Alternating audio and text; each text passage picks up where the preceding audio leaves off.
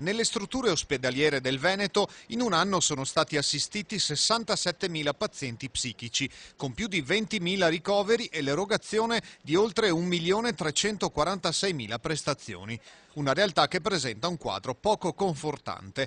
In relazione a questo aspetto della salute pubblica, l'assessore alle politiche sanitarie della Regione Veneto ha presentato un nuovo rapporto sulla tutela della salute mentale del territorio. Il report costituisce un elemento fondamentale per la conoscenza di un fenomeno di grande impatto sulla salute dei veneti, in quanto permette di conoscere le dinamiche di patologie spesso subdole e purtroppo a volte all'origine di drammatici fatti di cronaca.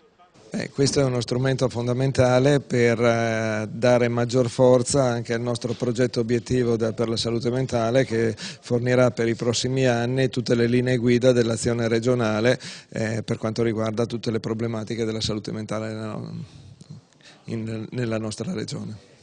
Il secondo rapporto sulla salute mentale nel Veneto contiene una serie di dati generali che permettono di indagare sul fenomeno, fornendo strumenti per verificare dove si può far meglio nella cura e nell'assistenza. Io credo che in questo momento sia importante valorizzare il lavoro multidisciplinare nelle equip per la salute mentale. Devono continuare a lavorare insieme psichiatri, psicologi, assistenti sociali, perché non possiamo prenderci il lusso di fare servizi separati. Questo è un messaggio che oggi deve essere dato.